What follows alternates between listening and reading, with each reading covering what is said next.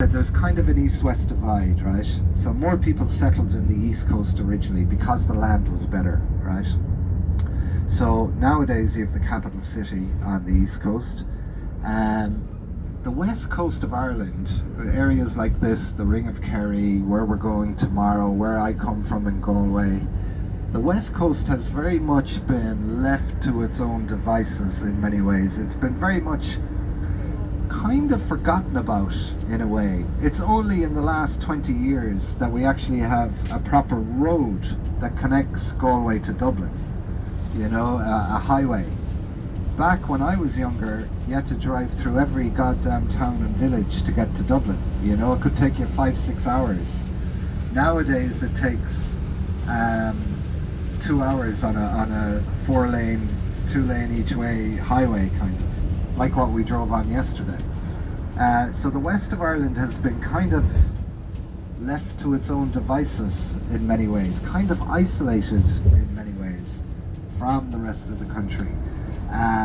So therefore the west of Ireland has held on to these traditional values more than other parts of the island, you know, and it's held on to the language more. So that's why you have the big communities of Irish speakers are found along the west coast.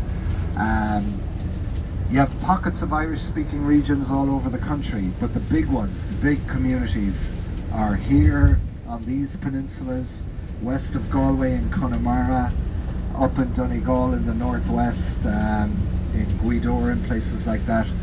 So it's they've held on to these traditional values more, because they've traditionally been somewhat isolated out here, and they're less influenced, you know, and they're on the edge of Ireland, on the edge of Europe, whereas the east coast is more connected to London and England. You know, it's only a short trip over to London. So there's more infrastructure on the east coast of the country. More people live there. Yeah, the west is very different, you know. It's there's people out on this peninsula here that couldn't care less what's happening in Dublin, or couldn't care less what's happening anywhere, really. They're just out here on the west coast of Ireland trying to make a living, you know, dealing with this bad weather. It rains more over here, it's wilder, the land isn't as good for farming. So it's a different way of life on the west coast, really. I'm just going to pull in here real quick, guys, for a second.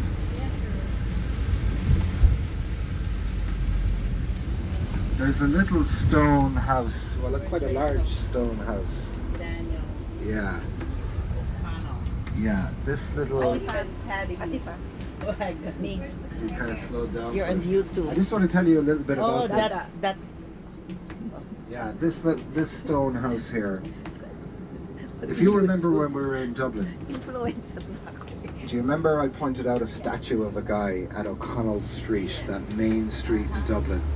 There's a statue of a man there facing that bridge at the River Liffey in Dublin, and his name is Daniel O'Connell.